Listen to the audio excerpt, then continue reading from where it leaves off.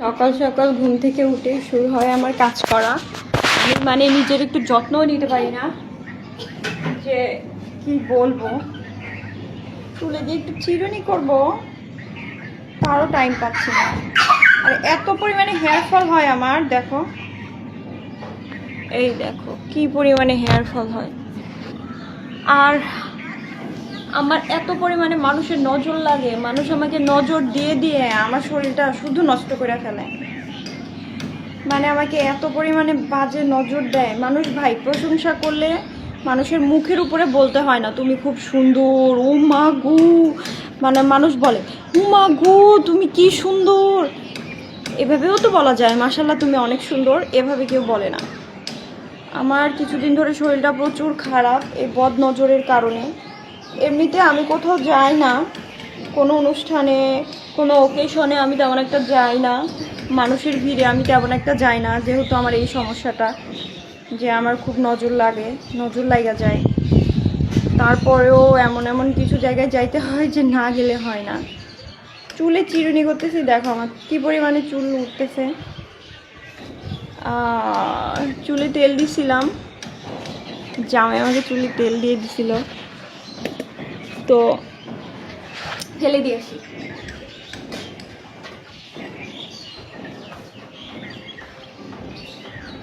কি চুল পড়া পড়ে আমার, ভালো লাগতেছে না, ক্ষুধা লাগছে, খাবার খাবো।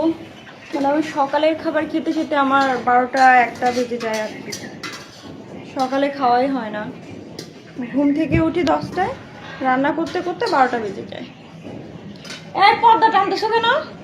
আর আরেকজন তো আছে, দুষ্টামি করতেই থাকে। এখন এক গাদা কাপড় ধুইলাম। আমি আসলে হাঁপাই গেছি, এক বালতি কাপড় ধুয়ে ছাদে গেছি, ছাদে গিয়ে কাপড় কয়টা নাইরা দিয়ে আসছি, শুকাইতে দিয়ে আসছি, আর নামতে পারি না, শরীর এত দুর্বল। এখন দেখো চুল উঠে শেষ। এখন চুল কি বেনি করব না কি করব বুঝতে পারতেছি না। চুলে কিছুদিন আগে কালার দিছি, আমাকে অনেকেই জিজ্ঞাসা করছে আপু কি কালার দিছো, কি কালার দিছো, কারণ এটা এমন একটা কালার যে দেখো বোঝা যাচ্ছে না কিন্তু যে আমি কালার দিছি, কিন্তু কালারটা অনেক সুন্দর চিকচিক করতেছে, সামনাসামনি বোঝা যায়, ফোনেও বোঝা যায়। দেখো এই দেখো